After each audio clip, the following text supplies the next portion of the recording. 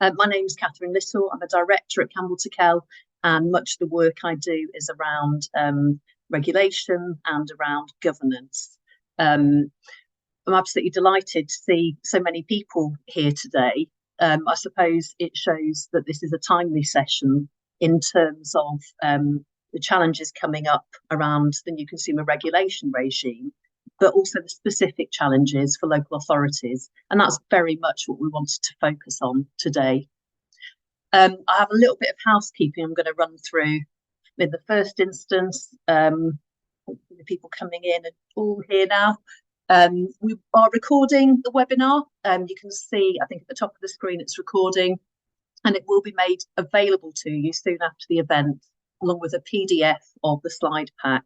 We will also share with you a document we hope will be helpful with just a quick check of compliance against the new consumer standards. So we'll be emailing those things to you in the next couple of days after the webinar. You can enable the captions on Zoom yourself if you would like to follow with subtitles. And we have moved to a webinar format. We're absolutely delighted in the interest in this session, and we wanted to make sure that the widest possible number of people could have access to the information the speakers are going to share. So we are in a webinar format. What that means is the chat function is turned off, but you have a Q&A function just at the bottom of your screen. If you use that, please, to ask questions to the panelists, and you can vote. There's a little thumbs up vote if someone else has already asked your question. And that just indicates to us if it's going to be a popular question or something that people really would like to address. You're also able to comment on someone's questions. So it's a really good function just to keep the session interactive and make sure you get your points raised and your questions raised. I believe you will remain on mute. I'm not sure you have any choice over that, I'm afraid. And we can't see your video function for attendees, but you will be able to see the panelists as we're speaking alongside slides. And when we do the Q&A sessions, we'll just take the slides down so you can see people properly. I suppose it's worth saying that we will try and answer all your questions today, but we recognise there are a lot of people. Clearly, there's a lot of interest in this topic. So it may not be possible to address all of them within the time scale, but we'll use that voting mechanism so that hopefully we address the questions for the most possible people. Okay, I'm going to do a quick run through the agenda and then we will make a start. So introductions, me, that's who you've got. And in a moment, I'm going to hand over to my colleague, Maggie Rafalovic, who is a director at Campbell Kell and really leads on our work with local authorities. Many of you will know her. We'll have a first panel, Preparing for Change, with some expert speakers who I'll introduce shortly. And then following a Q&A session, you'll be pleased to hear you do get a short comfort break, time to grab that quick cup of tea. We'll then move on to a second part, looking at the context and the experience of the consumer inspection pilot, as well as the context for ALMOs. And I know we have several ALMOs on the webinar today, so a chance for you to raise your specific thoughts and questions, some of which Helen will address. Again, we'll have a Q&A and then some closing thoughts from myself and my colleague, Kerry Victory Rowe, also a director at CT, who you will meet shortly. And we will close on time. We understand you will have plenty to do, so we'll make sure we close on time. If we go to the next slide, I think, is that going to be better for Maggie to speak? Let's go. Okay, we'll bring it off, fine. So before we go to our first panel, let me introduce Maggie Rafalovic, who will be a familiar face to many of you, a director at Campbell Kell, who really leads on our local authority work. But I'm going to invite Maggie just to talk a bit about the context for local authorities. Maggie. Hi, thanks everybody. It's great to see so many people at this. I mean, as Catherine was saying, Catherine works on sort of governance and regulation, and in many respects, one of Campbell Kell's USPs actually is working on governance and regulation, and we've done that for many years. The focus has been on for housing associations and across the board in other types of organizations. But I think growingly we do this for local authorities. Now, I think whereas a housing association, you could say, and it might be quite simplistic, they have a single focus of dealing with housing, whereas a local authority is like a mini country.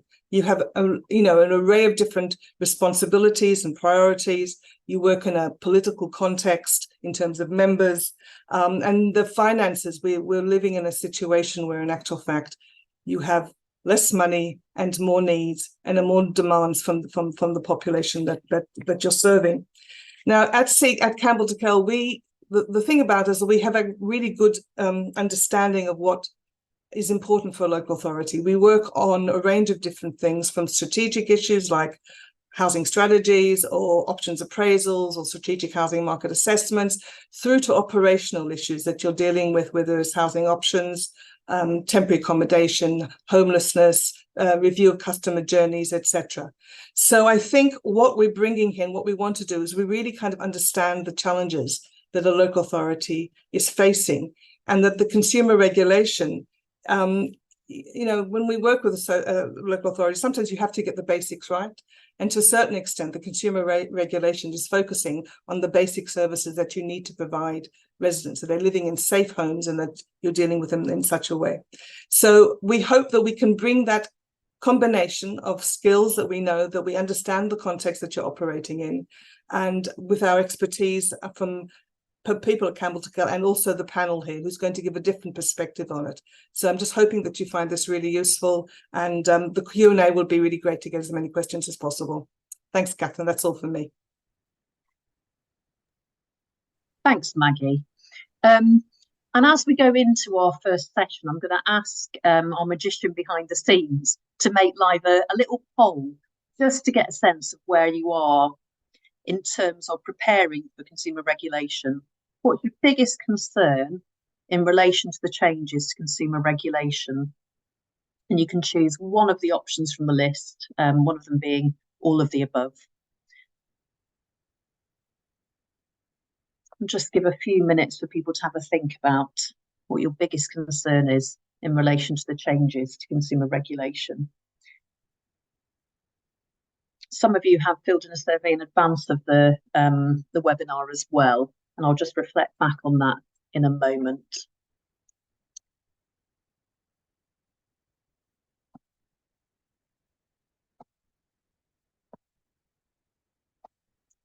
How are we doing with the poll there? There we go. Okay. So some fairly clear answers there. Is understanding what is expected of us. I think everything's got a number of votes. Senior level engagement seems to be less of a concern. People are clearly understanding the priority and really engaging, and I believe we have many of you on the call today, actually. But for many of you, all of the above. Really interesting feedback on your biggest concerns, and I hope we can address some of those issues throughout the webinar. In the survey we put out before the masterclass today, I suppose there were three main areas. One was very much around the leadership and making sure those kind of lines of assurance were right through to elected members. One was around resident engagement and meeting the requirements for residents' voices to be heard and for the right scrutiny and input and influence of services. And the third is very much data. So those themes should come up throughout our webinar. And of course, there is the opportunity through the Q&A, if there's something in particular you'd like to address, to take some time to do that. But without any further ado, I'm going to move on to our first panel session, Preparing for Change. And I'm delighted to start out with Donna McCarthy. Donna is partner and head of housing management and property litigation at Devonshire's. She has over 25 years experience in all aspects of housing management, acting for numerous social housing and care providers. And Donna is going to talk to us about the Social Housing Regulation Act and all that it means in order to set that context. Donna, let me hand over to you. Thanks, Catherine. Hello, everyone. Really pleased to be speaking today. I can see there's a great deal of interest in this topic, and it always warms my heart when I see people trying to be really well prepared for what is going to be a significant and massive change for you.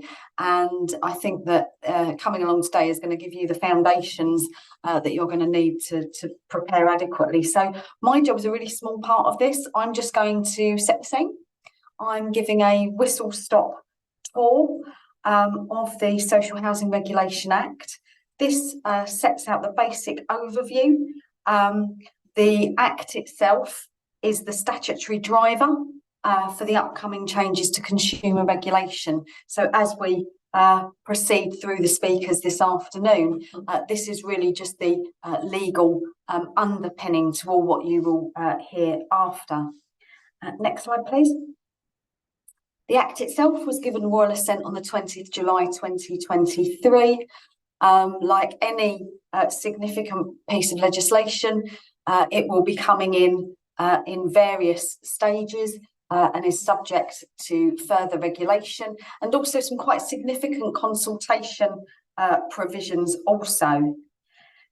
It's anticipated the majority of the Act will take effect on the 1st of April 24. When the proposed new consumer standards come in.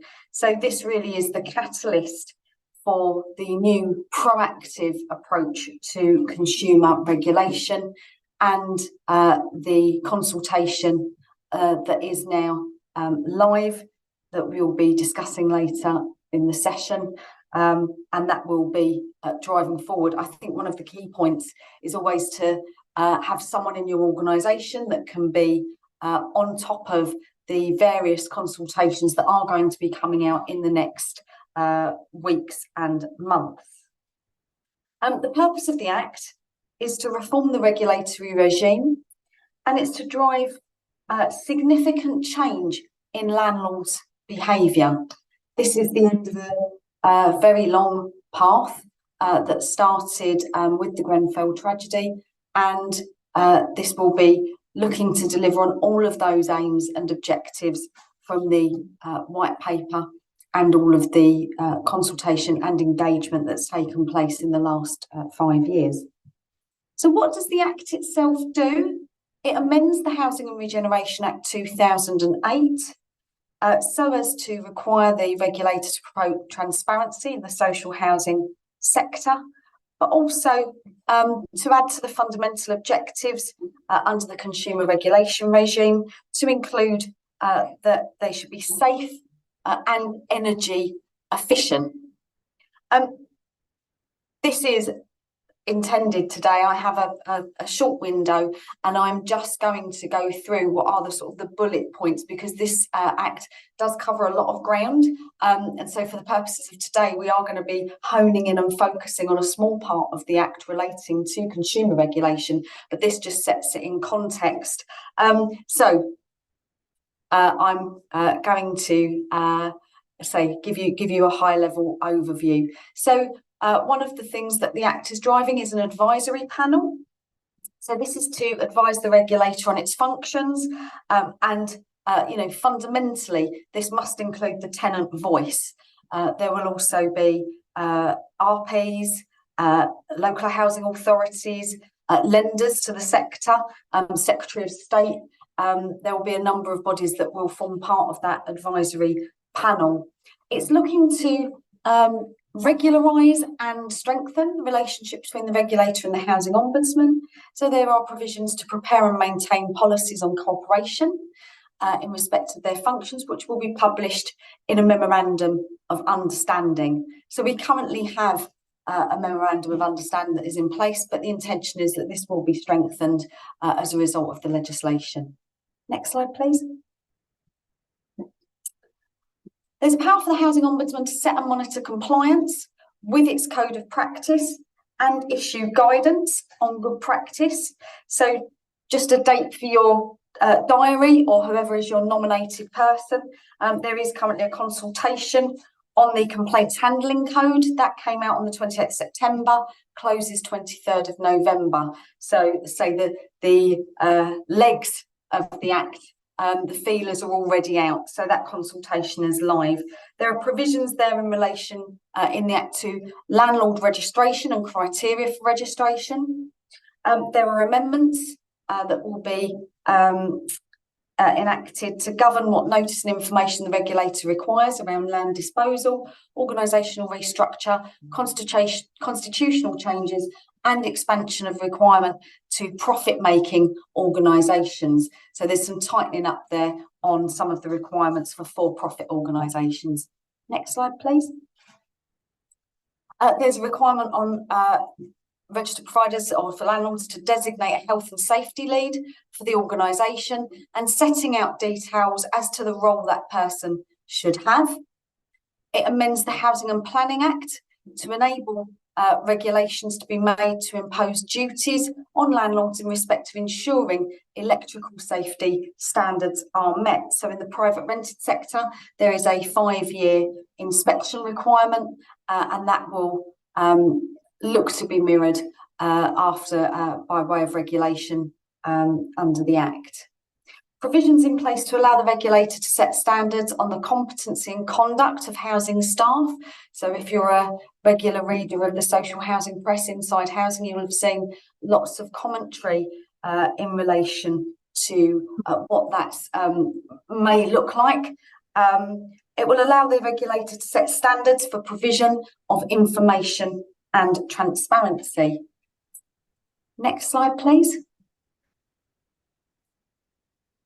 So the Act allows the regulator to enter a property to conduct surveys of the condition where it suspects that the RP is failing to maintain. So these provisions really get to the heart of what can be done if there is a significant breach, if there are issues with the condition of the home, with the safety of the home. Powers have been given to the regulator to take emergency remedial action. Bear in mind this is in quite specific specific legal circumstances. There has to be certain steps that are taken. A survey has to have been carried out. The RP should have failed to maintain the standards required. The failure must cause imminent risk of serious harm to tenant health and safety. And also the RP will have had to have failed to comply with an enforcement notice. The Act also seeks to incorporate what's become known as ALMOs law. This will amend the Landlord and Tenant Act to enable tenants to challenge landlords if they fail to act to remedy hazards within timeframes as set out in the legislation. So again, there is a consultation on part of this provision, and this is the requirements for a landlord to provide the tenant with information relating to their rights and how they can complain. So this consultation went out on the 27th September, will close on the 22nd November. The intention of ALMOs law ultimately is to put in some timeframes for compliance. At the moment, the Landlord and Tenant Act, it's within a reasonable period, and the intention is that there will be some set and specific measurable timeframes. That element of the consultation is to follow. Next slide. And under the new proactive regulation of consumer standards, which is, as we've already mentioned, the move from reactive to proactive regulation, which is the driver of this legislation, the regulator will be required to carry out inspection. The Act finally provides for action that can be taken where they believe that the RP is at risk of failing or has failed to meet a standard or comply with a directive, or where a tenant's interests are at risk. So that's just an absolute high-level overview of where the Act is. One thing I would mention before we move on is that in terms of the consumer regulation provisions, the Act was the catalyst, but then you have the consultation in relation to the standards, and there will be further consultations, because at the moment it's like piecing together a jigsaw. The certain parts of the consumer standards are going to be dependent on other issues. So, for example, home standard. The Decent Homes consultation will need to be finalised before that can then feed into the home standard. The 10-year standard, that's going to be dependent on the Renters Reform Bill. So I think there is a lot that's going to be down the line. Say the Act is the starting point, but then what will follow after needs to be kept under close review. And I say, having someone in the organisation that can really take the lead is really important. So that's it for me. Thanks, Donna. Plenty to take in there. Thank you so much. And I'm absolutely delighted to introduce our next speaker. Yao Boateng is chair of the Tenant and Leaseholders panel at the London Borough of Croydon. He is deputy chair of the Stop Social Housing Stigma campaign, a national tenant-led campaign to tackle social housing stigma. He's been a tenant of the London Borough of Croydon for nearly 14 years and says he's been an involved tenant for over a decade. And in his spare time, he still has time to work for the NHS as a training administrator. Yao, over to you. Thanks a lot, Catherine. And like Catherine said, I also do serve on the Housing Improvement Board of Croydon. When I hear about the consumer standards, I liken it to what's broadly called the Sale of Goods Act, which basically says that goods should be of merchantable quality, or in other words, fit for purpose. So the question that I can start with is, our service to our residents, is the service fit for purpose? One thing that amazes me is when I read the weekly press release from the Ombudsman, where it mentions service maladministrations. It seems to be happening every week without exception, and it just begs the question, what on earth is going on? I'm going to refer to a statement made by Kate Dodsworth, who's one of our speakers, and I think it was in answer to a question about the consumer standards. What she said basically is that this is stuff most of which should already be done by landlords. So in other words, it's not asking us to do brand new stuff. It's stuff that the least that residents can expect from us. So question is, why isn't it happening? It also begs the question, how do we as landlords, or how do you as landlords regard your residents? Sometimes the language that's used by landlords, officers in different capacities sometimes makes one wonder, how do you regard these residents? The communication, both verbally and also written, sometimes desires a lot of improvement. In order for meaningful change to happen in the industry, and let's face it, it doesn't need meaningful change, there has to be what I call a paradigm shift, shifting from it's okay, they're just residents, to we are working together with residents. Because at the end of the day, I can see residents as what I would call service improvement consultants. Many times when you hear landlords going to outside companies to seek of ways to improve their service to their residents, all it would take basically is for you to meet with the residents and actually understand what their needs are. It doesn't necessarily need an expert to answer those questions. I do have a plea to landlords at large, and that is that in everything you do, please pause and reflect. Pause and reflect on actions that you're going to take. Pause and reflect on your day's work when it comes to it. Pause and reflect on the effect of either ignoring or just paying lip service to your residents, the effect it will have on them. There are residents who do go through a lot of, which I would call unnecessary hassle when it comes to dealing with their landlords. And part of my role also is to sit on the complaints and scrutiny panel of Croydon. And sometimes when we read the complaints, the question that always comes to mind is that, why did this situation reach this stage? All it would have taken is for the officer in question or the officers in question to just pause and reflect on what they are about to say or do regarding the resident. The last statement I'll make, and it's one of my favorite sayings in conclusion, is I know that when it comes to changes in the industry, we hear the phrase, or we hear the statement, or we hear the word KPI, or key performance indicators. All I'm going to say in closing is there is a human eye behind every KPI. Thank you. Thank you, Yao. I will pass on now to Kate Dodsworth, who's taken the time to join us. Kate, of course, is the Chief of Regulatory Engagement, the first Chief of Regulatory Engagement at the Regulator of Social Housing.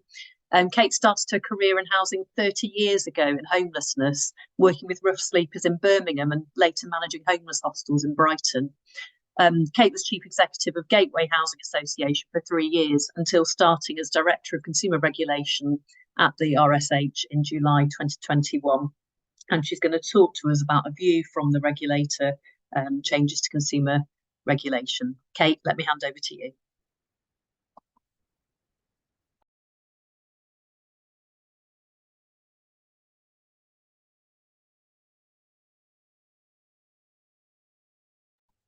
Kate, you're just on mute. There had to be one, didn't there? I said all my best stuff in that minute.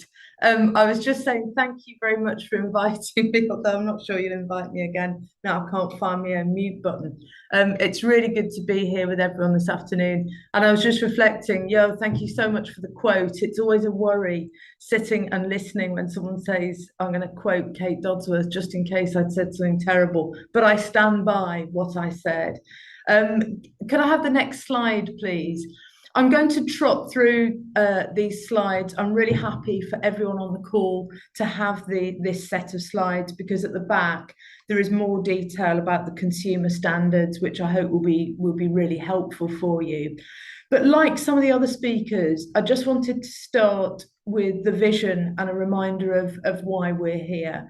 The horrendous tragedy of Grenfell 6 years ago, Alok Sharma went out, the then housing minister, went out and spoke to groups of tenants around the country and heard that time and time again, like residents at Grenfell, they felt there were problems and issues and barriers in bringing issues to their landlord's attention, not universally by any means, but there were real pockets of poor practice where, for whatever reason, tenants did not feel respected by their landlord or able to bring concerns around health and safety or quality of homes and repairs and get things dealt with effectively. Now, with over 4 million social homes, or the best one in the world, things are not going to go right all the time. And I know we've got a range of roles here from local authorities this afternoon, which is great to see. And I know that within the sort of space of your days, the space of your weeks, there will be things that go wrong. The importance of this is giving tenants the right to get things put right to their satisfaction quickly and effectively.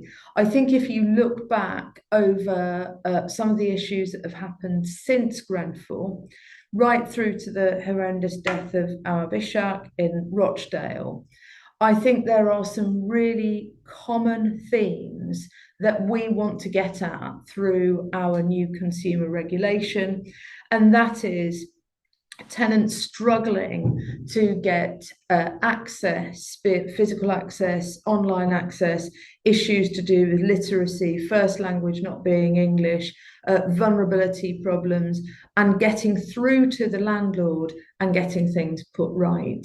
The vision itself, as Yo said, is not that complicated. It is that tenants should live in safe, quality homes and have the right to enjoy universally good landlord services. I don't think that's hugely complex.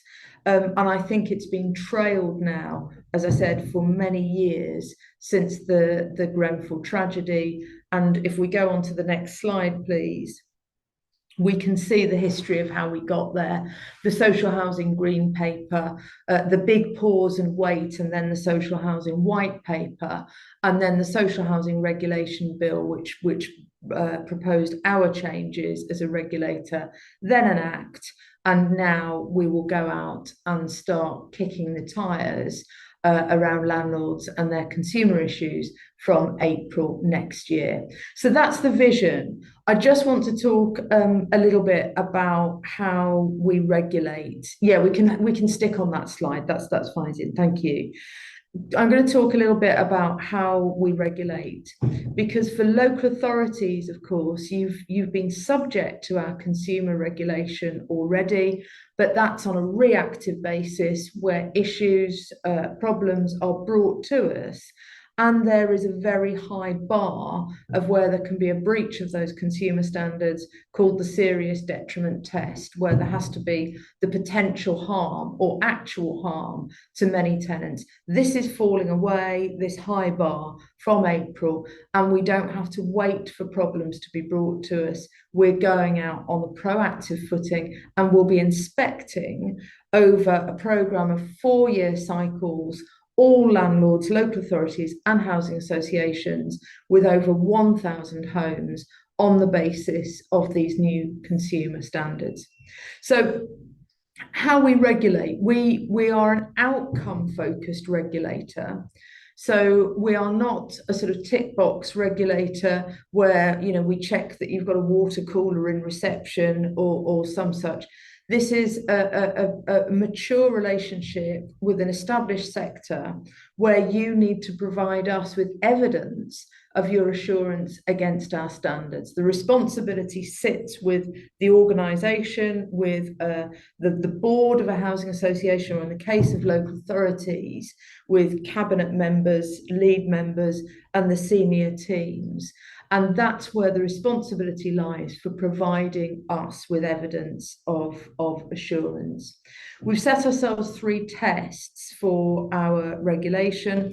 Number 1, this has to deliver a meaningful difference to tenants. Everything we've heard so far this afternoon, everything we know from the past 6 years, and certainly everything that I have heard in our engagement with tenants that we've done over the last 2 years, points to this really needing to deliver a significant difference for tenants.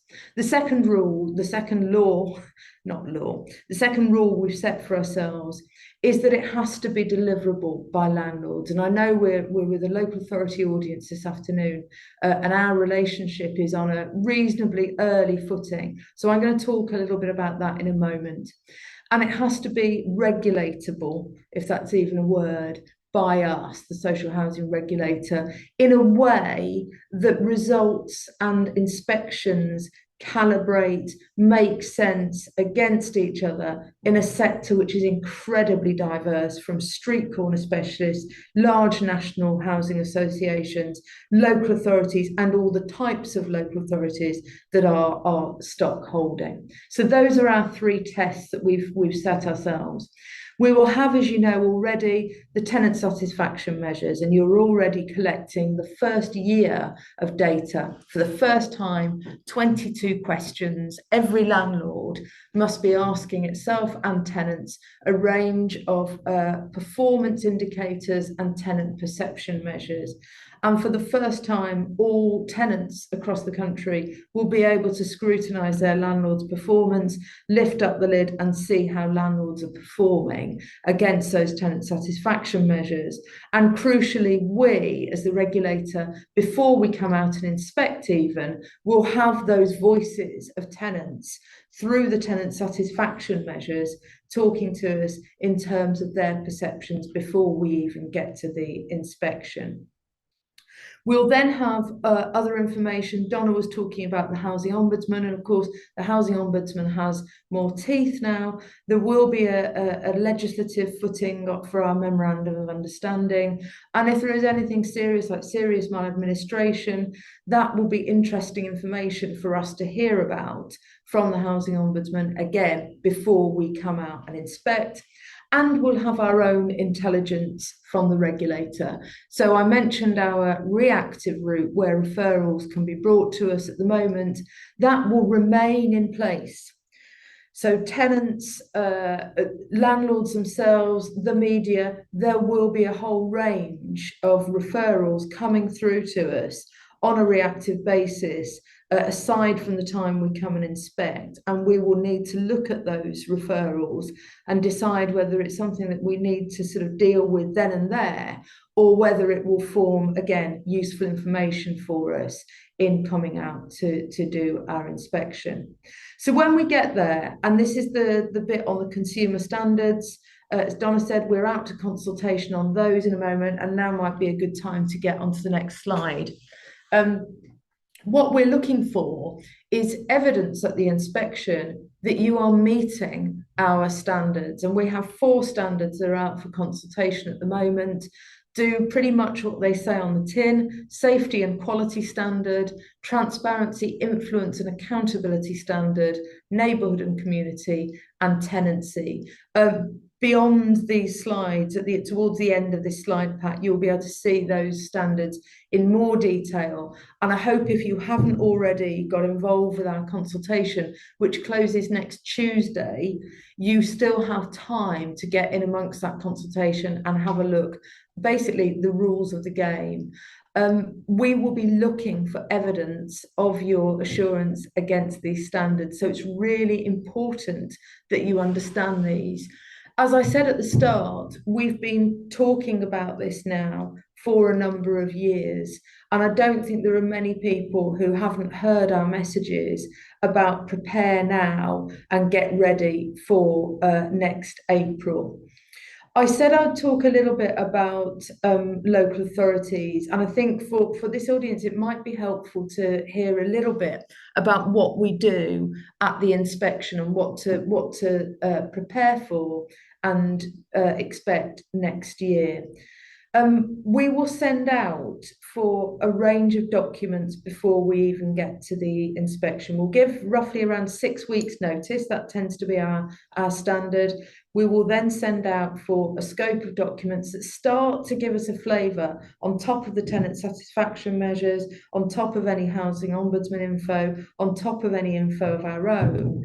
Those documents will start to give us a flavour of how landlords are faring against those standards. I know it's been said already today, but I cannot emphasise enough how important good data is. One of the things that you can do to start preparing is make sure, without any doubt, that you are meeting our current consumer standards. There is a whole range of issues there that will transfer to our new standards that are absolute top priority around health and safety compliance.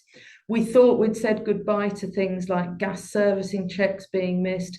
From our current consumer regulation referrals, we have seen over the last 6 months some of those health and safety issues rear their head. It's really important that landlords are ready and prepared and faring well against our current consumer standards on top of the new ones. That's absolutely crucial. For local authorities, as I said, we will send out for documents. We will come to the inspection, typically a group of about 3 or 4 of us from the regulator with different specialisms, and then we will begin to unpack what we've already found and start to look for evidence. Crucially, as well, as part of the new inspections, we will be talking to tenants. We cannot talk to every single tenant, we can't go into every home, but we can do things like observe a scrutiny panel or similar. And we're testing out, for cases where we need to do further exploration, we're testing out things like focus groups. Our last set of pilots this year will be purely for local authorities. Just a word on programming. Over our 4-year programme for landlords with over 1,000 homes, our programmed work will see you once during that 4 years. Don't infer too much from who's first. People have said, are they going to be on the naughty step? Not necessarily. They're well, we are risk-based. We are looking for big risks when we come out and inspect, but there's some really boring housekeeping stuff we need to think about as well, i.e. fitting into our current cycle with housing associations, making sure we've got a good spread across our portfolio teams of larger landlords, smaller landlords, and spread across the country. So, as I said, don't infer too much from those first sort of 6 months of inspections. For local authorities, we are well aware of some of the complexities that you have on top of those that housing associations have. I don't need to rehearse it too much here, but housing associations, neat board, all focused on the same issues. For local authorities, a whole range of issues that are competing for priorities at your top teams, and then the political volatility, complexity, or harmony of local politics. We have enough local authorities to go round that we won't come visiting for our planned inspections during a quarter, for instance, where there's a local election, because we know that that can be tricky. And also in terms of our current engagement with local authorities, we're really stepping that up. We're offering to talk to tenants, top teams, local councillors, whoever will hear us, frankly, at local authorities. We've got some invites going out for briefing sessions that we're doing in December. I've just written out to large local authorities, chief execs, for whom we don't already have a relationship, and offered a meet the team session. And we're doing a whole range of issues, of events like this, which I hope are helpful. I'm just checking how I'm doing against time. Good, I've got 5 more minutes. So as part of the Whistle Stop tour, I just wanted to talk about a couple of case studies in terms of preparation and the culture shift that I think we will see through proactive consumer regulation. Number one, we've heard a lot about damp and mould from as I said, the tragic death of our Bishak. And at the end of last year, we sent out for assurance from all landlords on how gripped they were on damp and mould.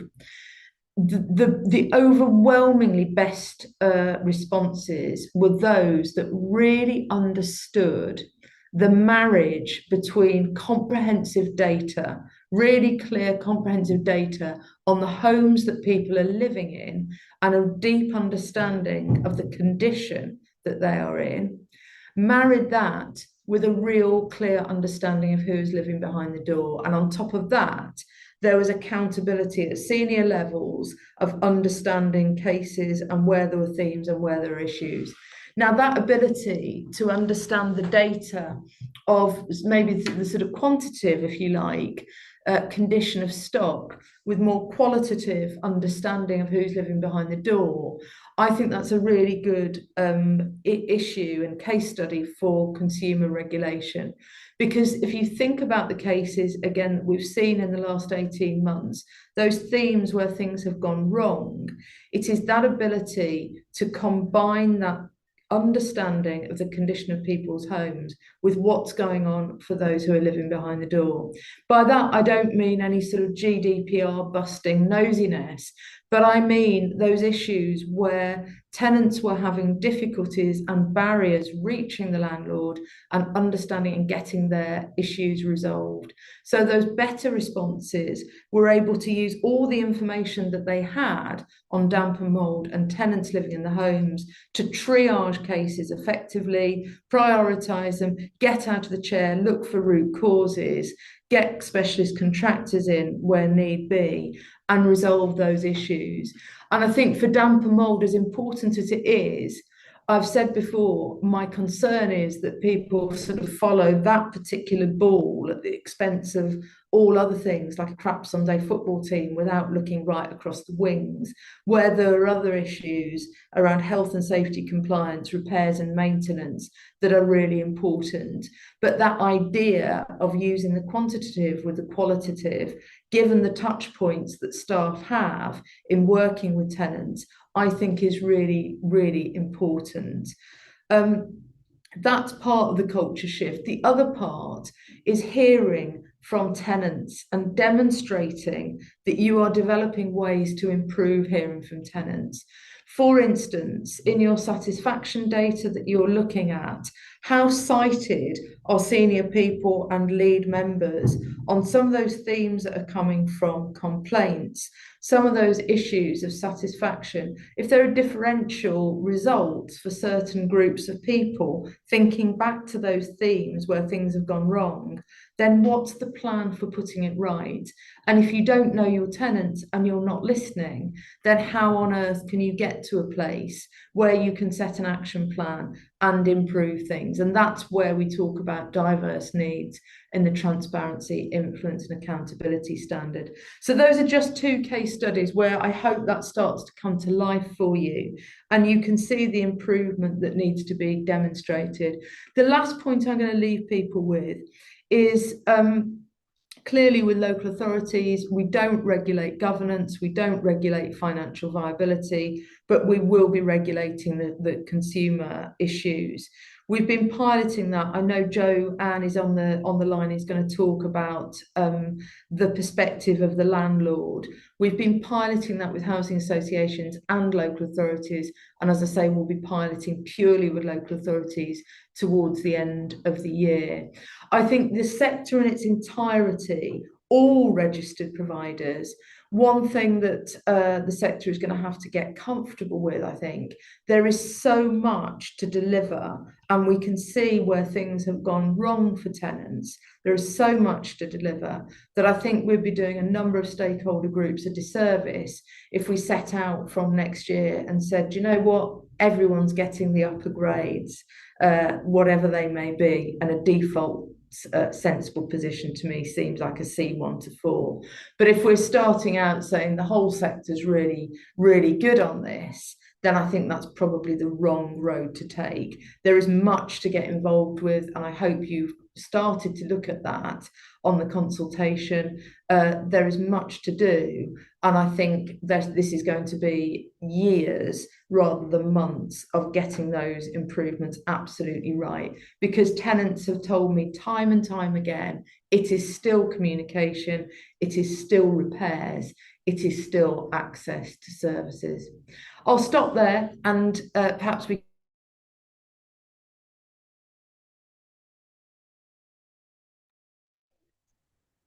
Okay. If we take the slides down, please. Sorry, I think I lost connectivity there for a moment. I had some confused look. Thanks so much, Kate. Really informative and lively overview of consumer regulation. Thank you. And we have got a couple of questions coming in. I'll just encourage attendees to add your questions to the Q&A. And if I could ask Kate, Yao and Donna, if you want to take your, put your videos on, not take them off. I'll run through some of those questions.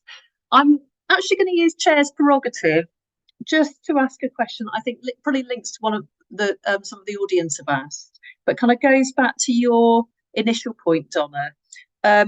I suppose just thinking changes to consumer regulation that are coming in for next year, the things we're still waiting for, decent homes, Renters Reform Act, changes around complaints, housing ombudsman. I mean, local authorities have got an awful lot going on, to put it mildly, and that's before you start to think about financial pressures, the cost of temporary housing, some of the stuff that's coming out that's really putting pressure on local authorities. And you spoke a little bit, Donna, about kind of ways to prepare for the deluge of stuff, for want of a better word.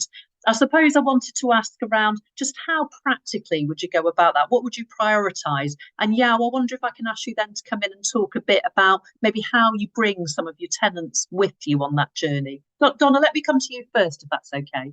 Yeah, absolutely. No, I mean, I started my career in local government, so I have to say that the competing pressures 30 years ago are nothing compared to the rapid change that's taking place and that's on foot. I think on a practical basis, I'd probably look to replicate something similar to what I do. So my team, we're a team of around 70, and we have a dedicated, even though we're all lawyers and we all have our specialist areas, we have a dedicated person, Lisa, my PSL, and her job is every day to be looking checking in on the legislation. We have a watch list. She will look at every day, is there any consultation in the offing? Is there any consultation that's underway? And she keeps a running table and a log for us.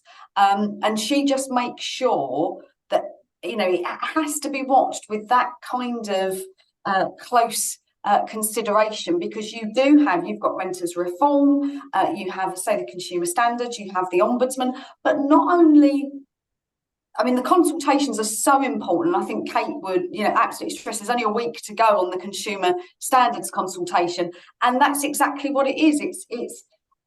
It's something where the regulator wants to hear from people and they want a response. So I would say the starting point is nominate someone, an individual, and their role is to track legislation. When are things coming in? When are there regulations coming out? What consultation is out? What is the deadline? What is the closure date?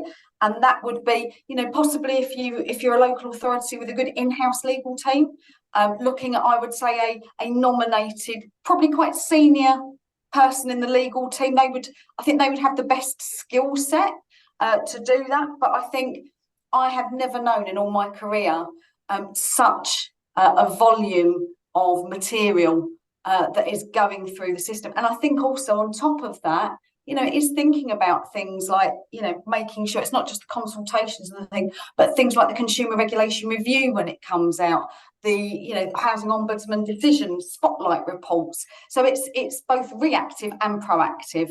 Thank you. And I think that addresses nicely the question that had come up around what level should that person be who's kind of taking that coordinating role. And you're clearly saying senior enough to be able to kind of get people to listen and to gather the information. Oh, absolutely. Someone who can sit behind, because it will impact on so many different parts of the local authority, so many different departments. You know, just looking at, you know, that was why it was a great idea for me to start on that broad scope of the Act, because you can see there are people involved in health and safety, regulation, housing. It's someone with that level of seniority that can get other people's buy-in. Thank you. And Yao, just on that question of, you spoke really passionately about the need for residents to have sight of what's going on, actually to be considered service improvement consultants internally. Just talk to us. What other tips might you give around how do you bring tenants with you on this journey when there's just so much going on? Hold on, you're just on mute. Let me. Yeah, I've done it. Yeah, can you hear me now? We can, yeah. Okay, yeah. In one sense, it's a difficult question to answer, but on the other side, I would say it's not, which sounds a bit double Dutch. But the angle I'm looking at from is that as most officers who are on the call today would accept, it's been very difficult to get people on board to get involved. And one of the main reasons is because it's one of those things about, we've heard it all before, officers don't listen, and it's kind of like they got so used to not being listened to that now that we're asking people to get involved, it's proven very difficult. And I think one of my main points of advice, if I'll put it this way, is let's work with the number of people that we've got already. When we have scrutiny cases to deal with, yes, we don't have that many people on the scrutiny panel, but let's make do with what we've got already. And I think when they start seeing outcomes, positive outcomes of change, that would actually prompt more people to get involved. From our side in Croydon, and also being on the Stop Social Housing Stigma campaign, one thing we found is that if we continuously promote and put into public domain positive stories of the effect of our involvement, it then gets more people on board. Because I remember when I was studying psychology, we had this, I can't remember what the term is, but when people see people doing things, they'll get involved. They're just waiting for people to take the lead. And I feel that the more that we as involved residents show the results of what's been done, we'll get more people on board. And that's the best way I can answer that question. Thanks, Yao. And I think that leads us nicely on with putting information out in the public realm and kind of sharing information. We've got a few votes for a number of questions around the TSMs. Kate, I'm going to come to you on these, if that's okay. I've read the questions. You've read the questions, fine. Yeah, I've read the questions. I was just having a look for the link to our FAQs on TSMs on our website. I will find that in a moment, and if my technical capabilities allow me to, I'll put the link in there, because I think there's some quite detailed technical questions that'd be quite helpful as well for people to take away. One thing I will say though, on the tenant satisfaction measures, you might remember from our consultation, perhaps one of the most, I mean, it wasn't exactly controversial in a huge sense, but the biggest issue was the difference of opinion on people who thought we should prescribe research methods, and that relates to one of the questions, and people who thought we should give a range. Now, in the end, we dropped on the side of giving people the option to use what methods they gather tenant opinions from, purely because of the sort of equalities context of that some tenants prefer some methods to others. However, we have said we'll look at the results over the next few years, and we will correlate, because we're specifying that landlords have to tell us what methods they have employed to get those results. So if certain methods are correlating against results in a particular way, then we can act on that in a few years' time when we've had a few years of data. But I'm going to carry on looking when there's a question not for me, and put a link in for the TSMs and some of the technical questions. Thanks, Kate. And don't look too hard, because I think we'll need to send that out afterwards. We don't have the chat enabled for attendees, but we will share that. Okay. Answer on the Q&A. I'll let Zena work that one out. Next question then, and I think this is really for you as well, Kate, around would inspection feedback dig into the cause of certain areas of concern, if of course there were any? There's a specific focus on the fact that within councils, many services are corporate or sit outside of housing. And this is something we hear from a lot of local authorities we work with. You don't have a neat housing directorate with everything in it that the RSH will look at. So to what extent would inspection feedback kind of dig in to the council as a whole in terms of those services which may not be as easily accountable to tenants as the housing directorate? Did that make sense? I think so. I think so. So the first thing to say is that although we haven't worked with local authorities in a proactive way before, we do understand some of those complexities. And even amongst the local authority sector, there are great differences of sort of job titles, scope of roles, and scope of area. We do understand that. Now, I think in terms of how far we go digging into root causes, as an outcome-focused regulator, it depends on what sort of sits against our consumer standards. We're not going to go there in terms of governance and financial viability or the sort of economics of local authorities. But if it sits within our consumer standards, then that's relevant. And I think there's a further question as well about how much these sort of themes, how would we use them to relay some of those problems back to government. I think, you know, if you look at our work that we do at the moment with housing associations, we publish every year the sector risk analysis. And at the moment, on our reactive consumer footing, we put out our consumer regulation review on an annual basis. It makes me think that there could be something useful for the sector in what we're doing on proactive consumer issues, drawing together the themes of what we're finding. We don't put out good practice, by the way. That will always be a question, so I'll just answer it now. We don't put out good practice because we could publish good practice about a particular landlord one week, and they could be in regulatory breach the next, and that's out there in the public domain. But I think other bodies will put good practice out there, and it's a really good time, I would say, to collaborate. Thank you, Kate. And I think you've answered their question from Dave as well about how themes for inspections may be good evidence Exactly. to housing. Thank you. One more quick question for Kate, and then we'll let you draw breath while I just ask Donna and Yao something. Nicholas has asked, following on from your point about local authorities being political environments and you wouldn't go in the quarter of a local election, would the same be true for a general election? I was asked this the other day. We haven't planned out for a local election, not least because we don't know when that's going to be. I think in terms of the organisations, the amount that we have to get through, it would cause a lot of pressure if we sort of stayed away from organisations during the whole period of electioneering and a general election. But I think that's something we need to look at. I think the intensity of local authority, of local elections is really important, though, for local authorities, because of the potential for that to be used in a very intense way in a local area. Thank you. I want to come back to Yao on something that you mentioned there, Kate, around the regulator isn't going to share good practice for the good reasons you've given there. Yao, I wonder what role there is for tenant-led groups and campaigns like Stop Social Housing Stigma to kind of spotlight where you see good practice as well as where you see issues. And I know you've done a bit of that in the past, but do you see that as a role for groups like the campaign you're involved in?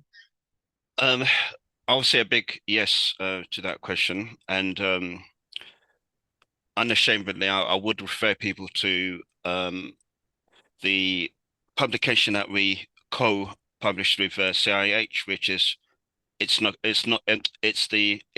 Okay guide, which can be accessed from our website. The details were on the slide that was shown earlier on. I must say that the publication is in the process of being amended, but for all intents and purposes, it's a very good guide to have a look at. And we are always looking for good practice examples. We welcome them with open arms. It refers me to a meeting that we had quite a few years ago. We had someone from the press there. It was like a round table. And we questioned them why most of what we hear about people in social housing is negative. And then the guy said, well, if you give us good stories, we'll publish them. But like we all well know, good news doesn't sell. It seems to be the bad news that sells the most. But what I would say is that the more we get good practice stories, the more that would increase. And the more we get would sort of lessen the impact of negative stories. I mean, as the saying goes, we didn't have to have programs like Benefit Street and all the other benefit kind of programs, but they did happen. But all I'm going to say in summary is that as many good stories that you have, please let us have them, let the press have them, bring it in the public. And the more we get of those stories, the less the impact of bad stories would have on the general public. Thank you. That's great, Yao. Welcome back. I'm very impressed that the numbers have stayed as they were. I hope everyone's managed to grab a cup of tea. Our second panel will start shortly. Just before we do start, I want to mention thanks very much to Donna. I know she's going to have to disappear shortly. Yao and Kate are going to stay on for the rest of the session, I believe. And so we'll be around if there's any burning questions that come up during the next session that you'd also like their comment on. I'm going to introduce you, though, to my colleague, Kerry Victory Rope, who's a director at Campbell Tickell. I work very closely with her on a number of areas, including governance and absolutely including regulation. Kerry, let me hand over to you to chair the next session. Yeah, hi everybody. I hope, like me, you really enjoyed that first session. I thought there was some really interesting food for thought and some things that will stick with me from that for sure. But I'm really looking forward to our second session. And while the theme of preparing for regulatory change continues into this second section of the webinar, we thought it'd be good to add some context by hearing directly from those who were on the sharp end of this, if you like, who are, you know, for whom the consumer standards are, in one sense, just an expression of the things that they do or lead in their organisations every day, but things that they now potentially need to think differently about, not least in terms of how they demonstrate to the regulator that they're doing this stuff well, and to navigate a new relationship with the regulator too.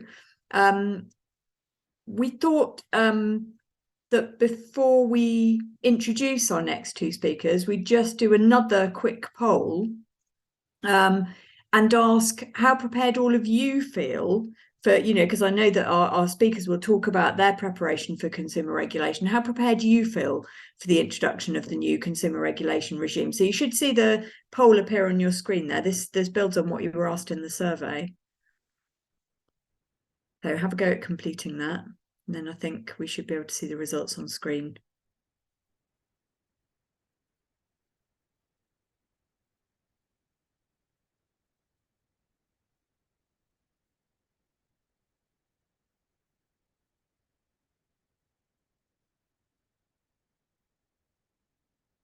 So it's a bit difficult when you've got to make a snap decision about how you feel. Oh, there we go. So 75% of you with there's still some way to go.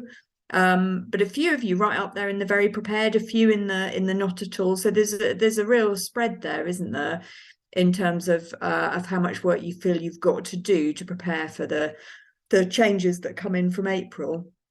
And we know that this probably feels more challenging for you in local authorities than it does in housing associations, realistically, not least because, you know, and Maggie's touched on this earlier, the speakers have touched on this, so has Catherine.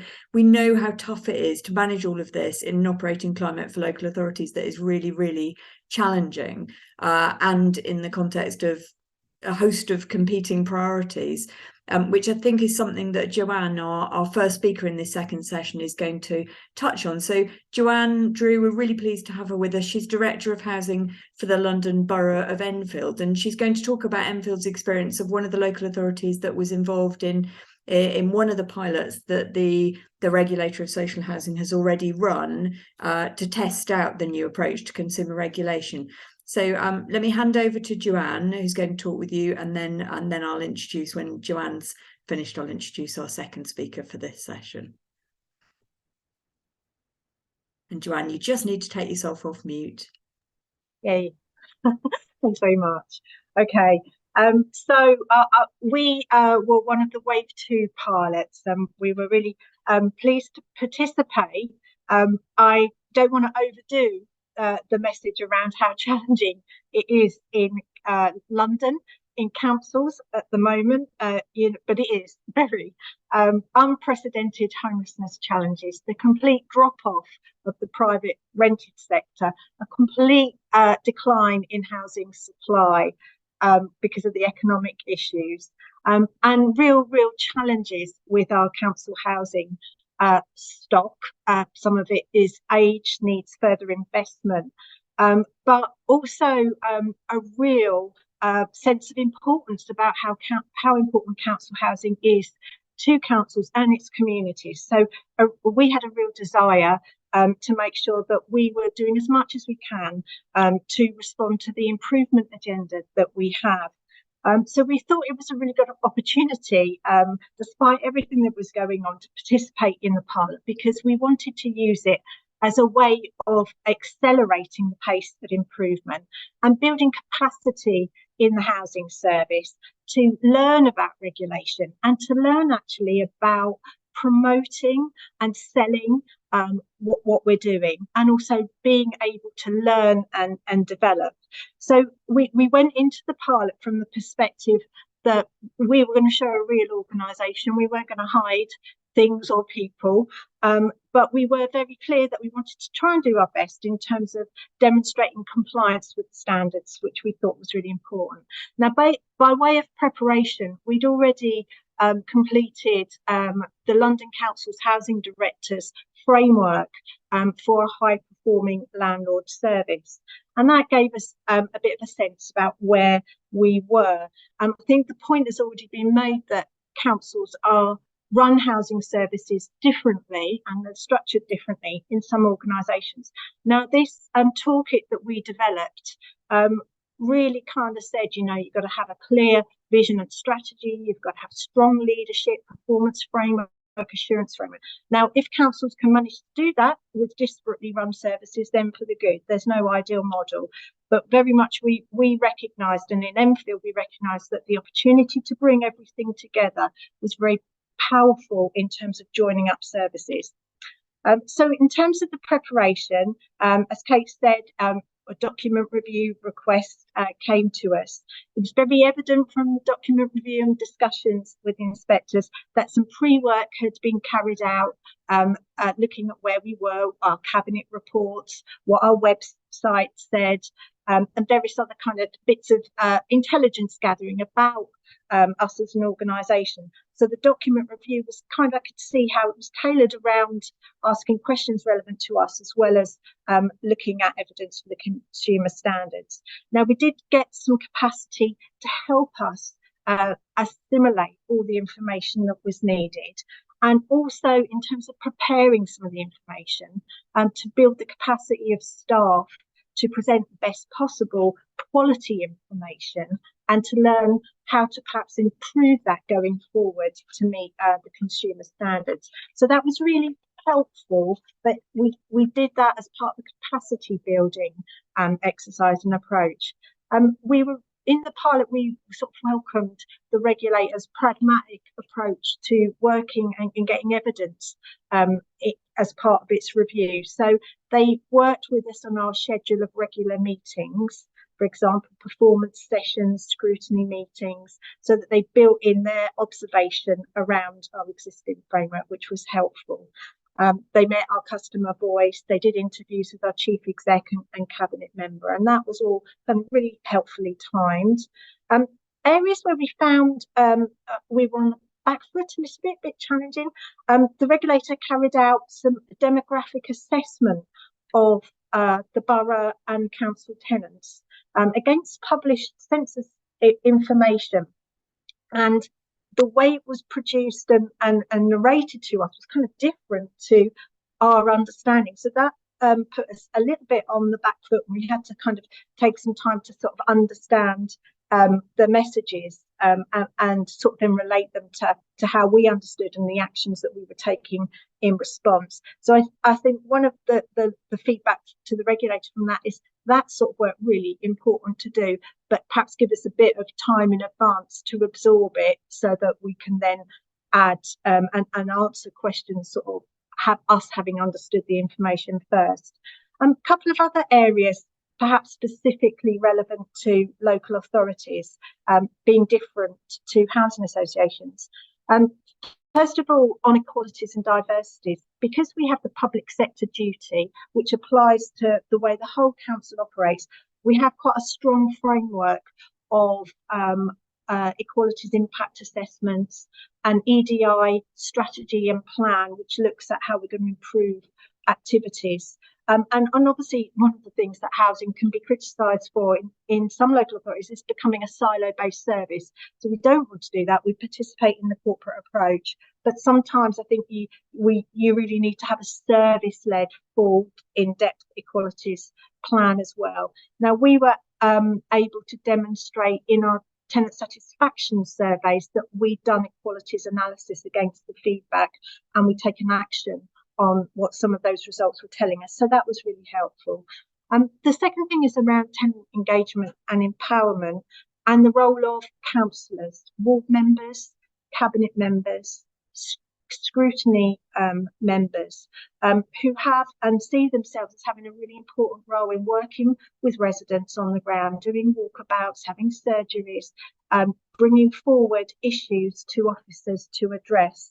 And that's a really important way of getting resident engagement and empowerment that I think needs to be recognised as part of the overall suite of ways in which we can make sure residents are at the heart of our service. And certainly as officers, part of our job is to support our members to have those relationships with residents, as well as working with our formal landlord group and ensuring that across the service staff are involving residents day to day.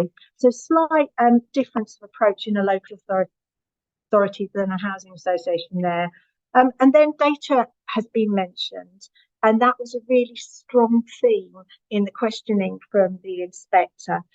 We'd done a couple of years' work on data management governance, and so we were in a reasonable position on that, but I was still surprising. It was a good thing, but questions to the chief exec, to the cabinet member: how do you know that your data is accurate? How do you know the performance information you're receiving is accurate? What assurance do you have? So a strong assurance framework about how you manage data, and you can have confidence in your data, and you're not going to be surprised at some point in the future, is really important. I think the other thing, just in terms of feedback from the pilot inspection, we had verbal feedback, and to the point around us operating in a political context, and yes, it heightens at local election periods, but it also runs, there's a 4-year pre-local election period. So in some councils, it's always quite political. So verbal feedback that we present to cabinet members and the cabinet and our executive management team is really important. And I think, we didn't need a written report. And so we don't see the same priority, certainly from our perspective, for that. But we did get some very helpful feedback, which has given us some clarity on where we stand against the standards in readiness for proactive regulation. So brilliant. Thank you so much, Joanne. Yeah, really, really interesting, I'm sure, for everybody to hear about your experience of going through that, and obviously something that that most of the other people on this call are anticipating going through themselves at some stage in the next few years. We're really aware that for ALMOs, the challenges and the opportunities are a little bit different, not least because there's a different pattern of accountability, isn't there? It's the local authority that's accountable to tenants and responsible for compliance with the consumer standards, but it's the ALMO that delivers the services and has the direct relationship with tenants on a day-to-day basis. So we're very fortunate to be joined by Helen McHale, who's Chief Executive of Stockport Homes, to give her perspective on the topic. I know that she's conscious that lots of you are from local authorities, not from ALMO, so she's thought about what will be of interest to all of you, but I'm really looking forward to hearing what she's got to say. So over to you, Helen. Thanks very much, and it was really interesting to hear people today. And just maybe people who don't know me, who don't know us, it's worth I was going to just talk a little bit about what Stockport Homes is. And in this picture, that is actually our office that we actually own, but does mean the council owns it, because anything we own is owned by the council. And I'm conscious that, ALMOs vary quite a lot in the same way councils do. Some are sort of maybe almost like a department of the council, and some have got group structures and, run much bigger services. So you've got everything in between. So next slide, please. So I think in that context, a lot of what I'm going to say, someone has to understand the background and context. And Stockport Homes, we've existed since 2005, but we have currently got a 30-year management agreement. I mean, it's got about 25 years to go. I think the significant thing that I'm trying to communicate in that is to say that basically it was loads of reviews, but it shows the confidence, the clear understanding of both the council, the ALMO, council's officers, that actually that having the ALMO is the right thing for Stockport and works well for us. We do manage over about 12,000 properties, of which about under 11.5 owned by the council, but we own about 850 in our own right, of which some are shared ownership. And in that context, a few years ago, we did think, we are a small registered provider in our own right, and we did think we might have been getting an inspection based on that. But because of the slowdown in development and because of the way finance has worked, more have been done the HRA, and we haven't quite got there. But it gives you a sense of that complexity and that we might have been preparing for quite a long time. We have a construction and a charitable arm. So basically a trading arm that does both a capital and day-to-day repairs, and our charitable arm, which can bid for charitable funding. And we've moved a number of our Housing Plus activities. These were very much value for money initiatives, whereby we could we employ people there that aren't on local government terms and conditions, but we basically, instead of paying the private sector a surplus or a profit, any money is gift-aided to our charitable arm, and it can bid for money that it couldn't otherwise do. And we brought that in through the sort of, when we had the big rent freeze, and as a way of, like, you're not making cuts. But I think one of the really important things about us is we really welcome regulation, and we've welcomed it since it was very first talked about after Grenfell. And to be honest, we talked a lot about being disappointed when the old Audit Commission went, and about basically not having any national standards. And I think the reason that's particularly relevant is because it means we've maintained our customer excellence, has been maintained an aspiration and aim for us, the whole thing. We've always said core services are key, and I think that we've never changed in that. So I'm not saying we don't get things wrong, of course we do, but it's about what your strategic priorities are. So in that, we're really pleased. So next slide, please. And in that, I mean, I think one of the things that we're really clear that is the council's inspection, and which is really challenging for us in a way. We've got well-established relationships, and I think there is a level of, how much you duplicate if someone coming to inspect you wants to go to the council for everything. And also, as people have talked about a lot, the pressures on the local authority and, the cuts they've had to face, how much their senior leadership give to this. And we've got lots of monitoring in place, and I'll talk a bit more about them. But, we have both, I think our board are really keen with us all the time to make sure that, the council understand it's them. And, the responsible officer is one down from the chief executive. But obviously, as it said, is only one small part, not just of their overall inspection regime, which you've got lots, but also of their overall remit in the world of, like, the regeneration of the borough, the wider things they've got on. And our council is hung, is run by a Liberal administration currently, but it does fluctuate, and we get lots of turnover in accounts and portfolio holders. Difficult enough for the council staff direct, but obviously when you're once removed. And one of the things I'm hoping that, because obviously, again, I mean, Kate referred to not regulating, not knowing so much about councils, but ALMOs is a further dimension.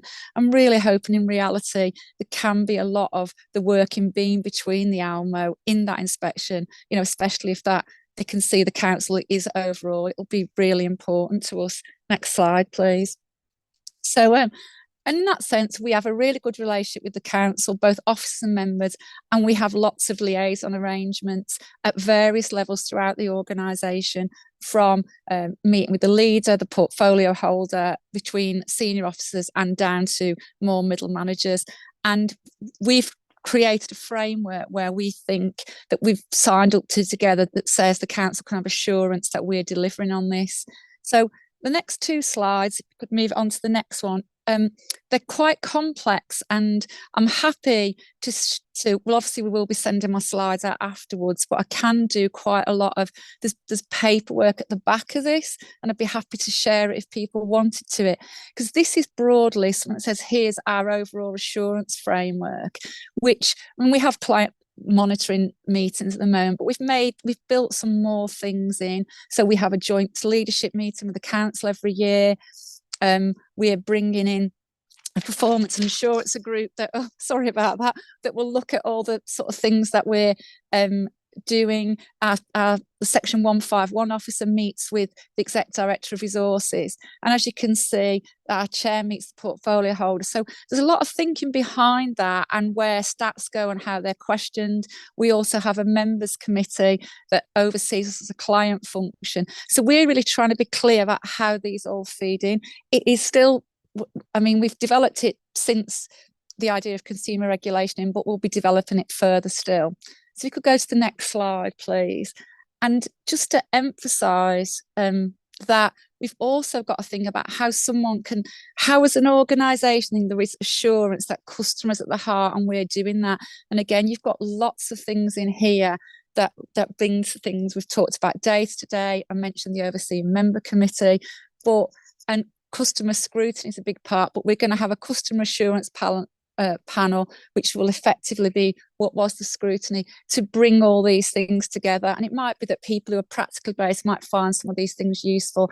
I'm happy for you to come to me for more information separately or not, but just that you know those things are in place. Next slide, please. And obviously, as an organisation who's like, we got 3 stars twice, excellent prospects, we are, well versed in preparing for inspection. But I want to be really clear that preparation isn't for the actual event on the day. It's looking at what are the requirements, what do we do. And as I said, we were preparing for it already in a way, because we might have been having an IDA. But we've got a project plan. We will self-assess against the new standards. We're quite happy with the standards. We don't think they ask us for anything we wouldn't expect of ourselves already. But when we go into the details, we will identify gaps and act on them if there are any. It's come up a few times today about documents and what will be asked for.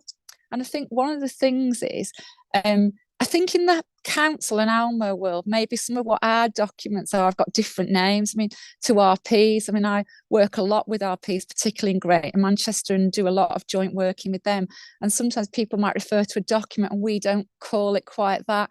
So I know there's not a standard list here that explains. So I think making sure our documents are up to date in a way that we'd see fit.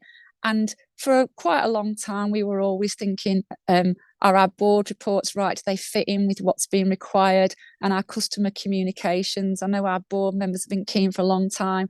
They're always challenging us that things are there and how we do them. Again, we've always measured ourselves against government standards anyway. Data has been a massive thing. We've had a new head of data for about a year. We can update the TSMs on a daily basis now for where we are at them. We are benchmarking them with Greater Manchester, as well as obviously looking at Housemark. And we think it's really important that anyone going into these inspections asks ourselves, what are they telling us? And it's just interesting to note that, generally ours fare well. I think we are the sort of the stuff on how people are happy with the complaints is low in the sector generally. It is worrying. I think the transactional data is quite different to the sort of impressionistic one, and we know our overall satisfaction is quite high. And I just wanted to say that we do ours face to face. We've not just created this. And one of the things we do know that on average, face-to-face satisfaction is about 12% higher than just online. But I think I'd argue that if you're visiting your tenants and talking to them, they might be more satisfied as well. We commit to visiting every tenant at least once every 3 years, and we do a whole range of stuff. And this is just one thing, but that means our satisfaction is high. We'll probably expect to, see it, maybe it'll go a bit low, but we will be looking at it. And I've already mentioned how important the scrutiny function is and how important that is. So next slide, please.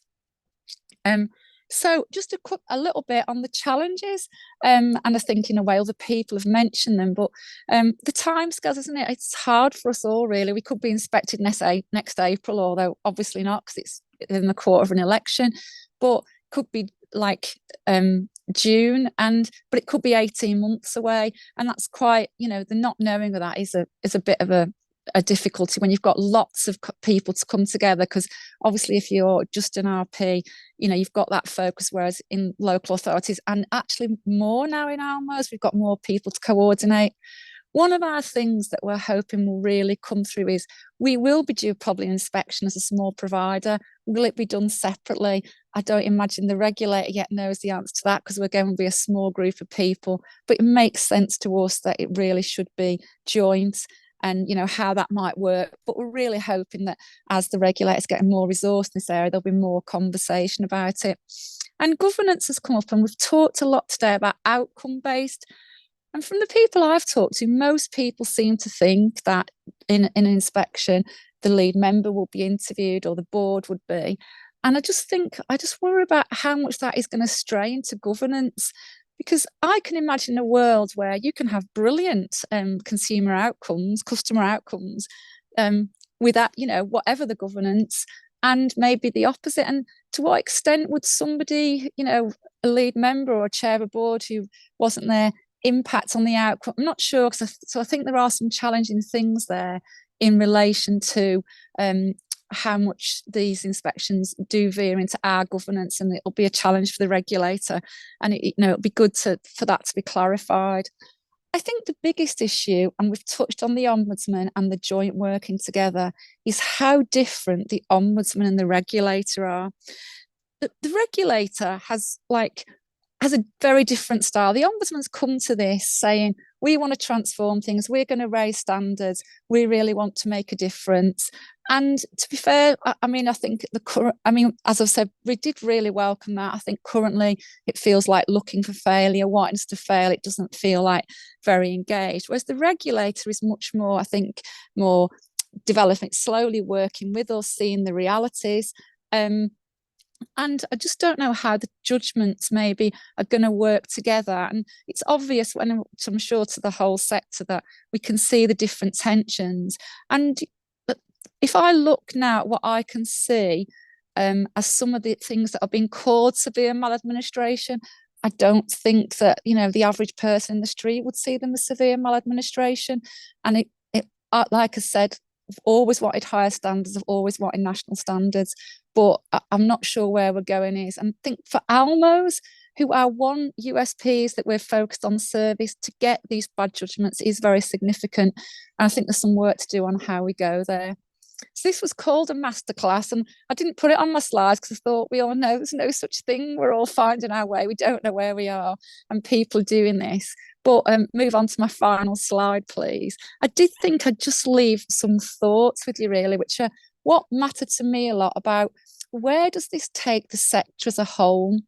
And again, colleagues talked about this earlier, we've talked about being outcomes, we talked about it really making a difference. If you think about the money that we're all paying to the Ombudsman, the regulator, there has to be. So what is that impact going to be? And I think the truth is we're probably not going to know for a few years. And in that time, there'll be a new government, whether it's a new political party or just a new government. And how is that going to change? And I know people might in here think, well, I've heard different things about the debate whether an ALMO or a council is the right way.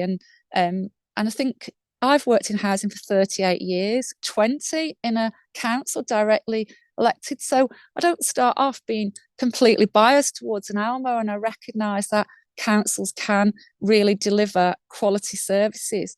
I think there are two things that I put about an ALMO that are different from some RPs and different from councils. Firstly, ALMOs were set up specifically to deliver excellent services, or at least very good, because it's the only way you got money. So it's much more in the USP. And the council, I think, can do that. But we've talked about the wider issues. I think being place-based, which a council has as well, is really important, can help us. I think councils, in my 38 years, they're massively changed now. And the real issue is the massive cuts they've had to do that. And I think the question is, can customer service, or the customer service of tenants, take precedence in that environment? And I'm sure for some they can, and for some they can't. And I think Kate's already very politely alluded to, obviously some organisations aren't going to meet the consumer standards, and what is going to be the remedies? And I know I've been led to believe that it will be gentle at first and work with people, but ultimately would it be, if there might be like an ALMO option, might it be that service will be privatised? Might it be that stock transfer has to come back on? And I just want to balance that out, because in the RP sector, the challenge you have is very large organisations that aren't place-based, and I think that is a challenge to good customer service. And the regulator is used to much more regulating governance and what in development. And in the regulator's push for development, and those are the priorities, I just wonder, will customers really win out, and how that will be? So I'm interested in what the step change will be and how we can make it be the right thing. Thanks very much. Oh, thanks, Helen. Some really good thought-provoking questions there. And I'm also very impressed that you've done all of that from your garden, I believe, which is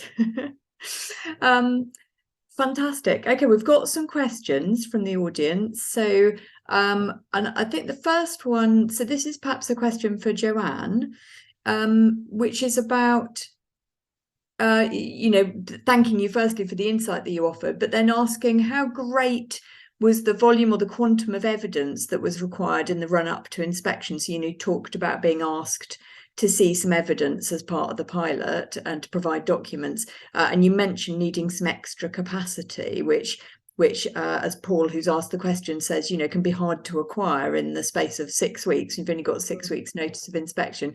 So he's asking, what size team would you envisage is needed to prepare, and what sort of skill set? Oh, that's really, yeah. I just do not advocate spending money on preparation for these processes, because that takes away from the precious resources we've got to deliver services. I think it's the first thing I would say. As much evidence, there is no, it's down to every provider to provide the evidence that they think is going to address the areas that the regulator wants to explore. So we were, and I also have to feel for regulators and having to read all of this stuff. So we will try to be quite focused and give only what was necessary. We had done some nice documents that would have been nice to throw in, didn't particularly address the actual question. So we resisted throwing everything in. I would say but what we did provide, we did want the regulator to review.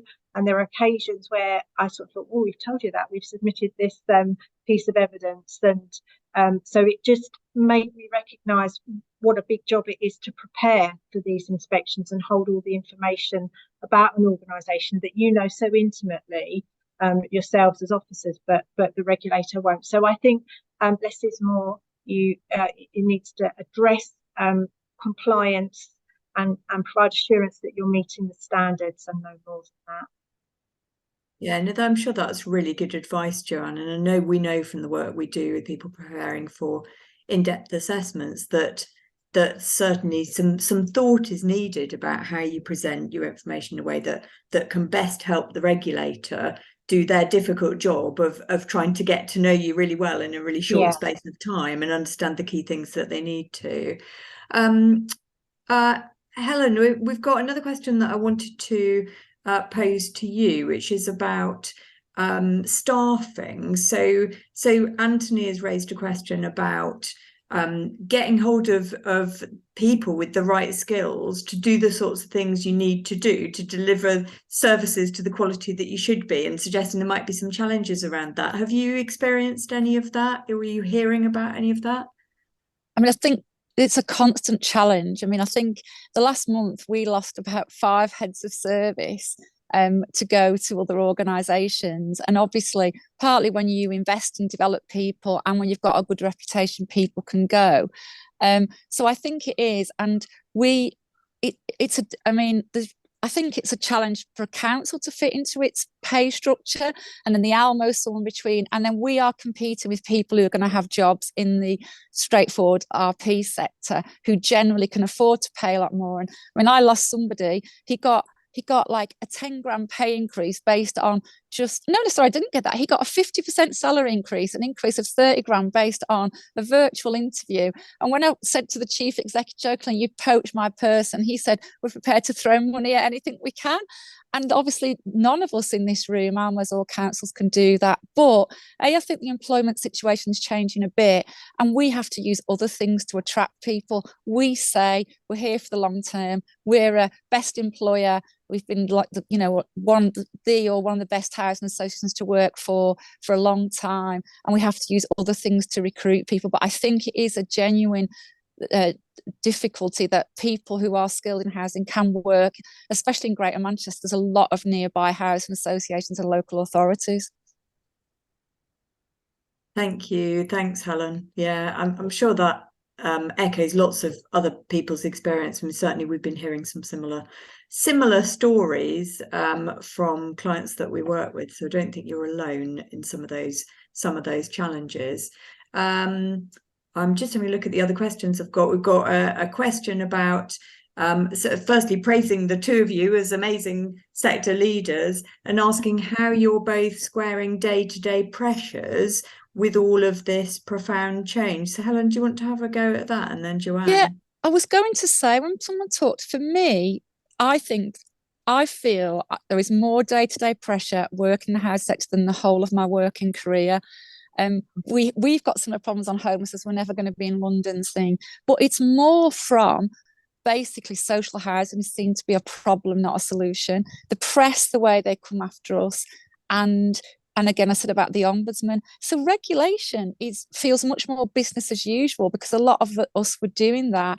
It's the pressure around the other things. And I think that's part of what I was alluding to. How is it all going to play out? Because the cost of all the standards we're expecting on damp, mold and condensation on assets, are they going to be affordable for people? So I think we are under massive pressure, but I just think we try to do the best we can, support people. And we're always, like I said, very ambitious in what we do. And I think supporting each other is the important thing, and working with partners outside in the social housing sector and internally giving a lot of support to staff and leaders. Thanks, Helen. Joanne, how about you? I think it's undoubtedly hard work is needed at this time, and just persistence to carry on, improving things with your teams. And I sort of, in London, we have very volatile staffing, very hard to recruit people with the skills, and people move on very quickly. So it's about providing some stability and continuity for the organisation during those times. And I think also, using the opportunities that help you drive, accelerate improvement, and so the fact that we're all going to be subject to proactive regulation is a great way of getting people behind. We need to step up, we need to change. So it's about using those opportunities, as well as just the day-to-day focus on trying to make things happen and better. Yeah, thanks. And I can hear the passion from both of you for delivering this stuff in really difficult circumstances and context. Yeah, I can see we've still got Kate and Yao with us. So I'm really keen to bring them into the conversation. Yao, you had your hand up. We might need to unmute you. There we go. I've done it. Yeah, I don't know if I would say trying to play, I hate the word, but let's say devil's advocate, and also I'm going to try and not be too political, but it's somewhat alarming, not with all landlords, but with quite a few of noises I'm hearing. It's almost like as if landlords, not all of them, but a lot of landlords are in panic mode. And the way I look at it from a resident's point of view and a resident representative's point of view is, if you're being asked to do, on the whole, what should be done, or what you should have been doing in your normal course of work anyway, then there should not be too much need for what I deem to be a panic. And also, everyone knows that councils are hard pressed with cash and all that kind of stuff. But when I listen to, or when I sit in on complaint adjudications, a lot of the stuff that comes up is not necessarily stuff that costs money, but it's more to do with attitudes. It's more to do with the way a resident has been, a resident's issue has been dealt with. For example, you've got someone who's been complaining about mold for over 2 years, and nothing seems to have been done about it. These are the kind of things that concern me and concern most of my panel members when it comes to reading about these complaints. I mean, sometimes we ask the question that, why on earth has this complaint even got to stage 2, whereas it could have been resolved in stage 1?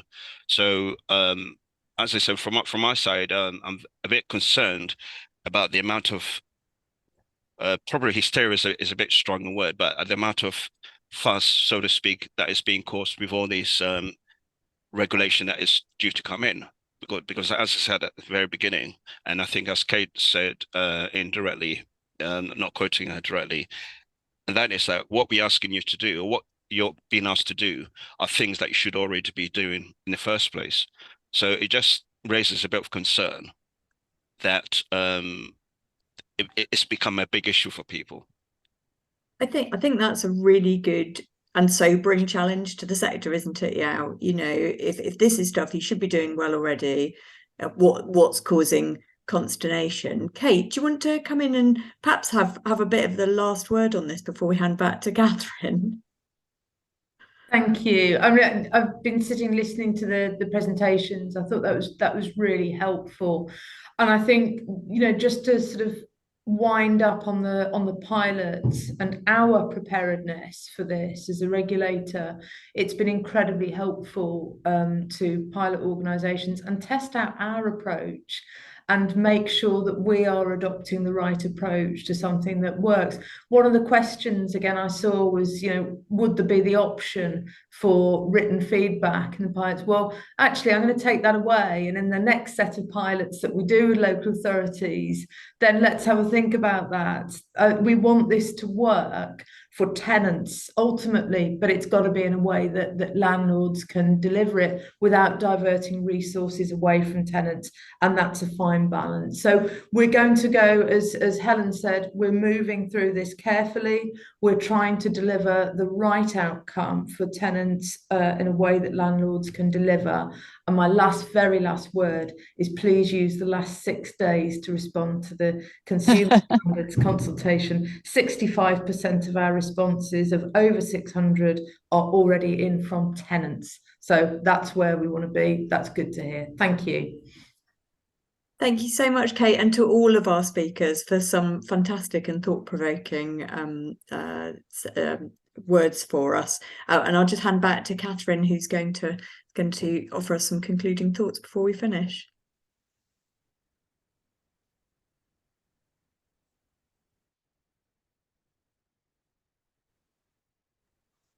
Hello. Catherine. Just on the we pop in so Catherine, your sound is going in and out. Yeah. Really. Work. Can you hear me? I'm sorry, okay? I think we've got a bit of a technical problem with Catherine's sound feed, but hopefully people can hear me. Can Joanne and Kate just give me yeah, you can hear me all right. So I'm sorry. Catherine, do you want to have one more try? And otherwise let's see if this works any better. Great. It's not like me to be quiet. Thank you for drawing my attention to that. Zena, do you want to pop a quick survey in the chat while I speak? We'd love to get your feedback on today, and I hope you've all found it as useful as I have. Some of the work we have done that relates to the areas we've talked about today include working with a number of the pilot organisations, regulatory support where it's needed across local authorities and housing associations, and really support to prepare for regulation, by which I mean anything from kind of critical friend, looking at documents, looking at assurance frameworks, through to mock interviews and very practical support. But I think my main messages and kind of top tips I'm going to give are not really about inspection, because they're about what the point of inspection is. They're about deep-seated service improvements, improvements that tenants will really notice. And so I suppose, drawn from some of that regulatory work, the work we do around complaints, around data, around tenant engagement, the top tips I'd draw together are these. Firstly, in order to prepare, I'd go back to what Kate said. The regulator's been really clear. Start with the existing standards. Start with the proposed standards, and think about, you know, where you already do this. You'll have areas of really good practice. Make sure you note those, and where you have gaps. And where you have gaps, I know it sounds simple, but put a timed action plan in place. Have a plan for how you're going to improve things. We'll circulate a little compliance checklist just to help you with that. It's not the whole answer, but we hope it will help on the way afterwards. The second point is data quality, data integrity. Importantly, how you turn that data, though, into rich information that can support your decision making and provide good assurance that you are compliant with the standards. That's about knowing your stock. It's about knowing your tenants and your services, and knowing that you can have confidence in the data that you're using.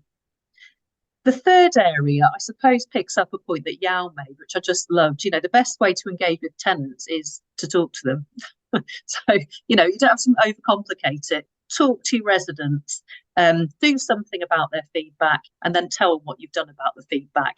And through that, I think Yao articulated it so well. Hopefully you can build confidence and build trust, and it becomes a bit of a virtuous cycle. Fourthly, again, I'm going to say that this is not about inspection, although clearly inspection plays a really important role.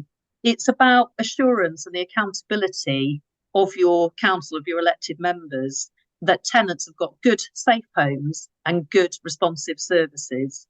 The theme of diversity really runs through the standards extremely strongly, and knowing that those equality outcomes are there, as Joanne referred to, I think is absolutely critical. Because ultimately it's about ongoing long-term real improvements that tenants can see and that your council have the evidence to demonstrate are there. So I think a lot of our tips kind of chime with what we've heard today, really. The sense of an awful lot going on. We know it's hard, we know there are enormous pressures, but also a sense of opportunity to build that trust, to build that engagement with residents, and to present a different face of the sector, frankly, than the one that is too often in the media. Because while we know there are issues, we know the media doesn't make these cases up. We know that there are awful homes. We know there's damp and mould. We know there have been, awful cases, actually, that none of us came into the sector to see. We also know there are some great people in the sector. You have great staff who work hard every day to make a difference. And this is a real opportunity, in a way, to say, all right, yeah, we're going to deliver this. We might not be C1 first try, but we'll get there. And we will have the kind of quality homes and services that the people we're providing homes and services for should expect. Kerry, is there anything else you wanted to add around what we've heard today? No, I think it's been really thought-provoking, hasn't it? There's been so much to take from it. I think I was just thinking back, particularly actually to Yao's point about pausing and reflecting. And I think that's a really valuable point. And I'd urge you all to take that away. It's really, Yao made a point about not being sure why there might be panic when actually this is stuff that should be happening already. I think often it's easy to panic because we're on a sort of treadmill of trying to get everything done, and we're trying to deal with all the new stuff that's being thrown at us as well as our day-to-day challenges. Actually finding that space to pause and reflect, even when it feels impossible, and especially for senior leaders, is really, really important. And it's often when you're able to do that that you start to be able to see your path through much more clearly and easily, and things can then flow from that. So I think that was really valuable advice for everybody to take away, just to try, if you can, to just pause and reflect, take stock. 75% of you said you've still got some way to go on this. So perhaps a really good moment to pause and reflect about what more it is you need to do. Why is it that there's lots more to do? How manageable is it to achieve it? What are the key challenges going to be for you in doing that, and how are you going to overcome those? But mostly just wanted to say, I really hope you've enjoyed this and found it useful.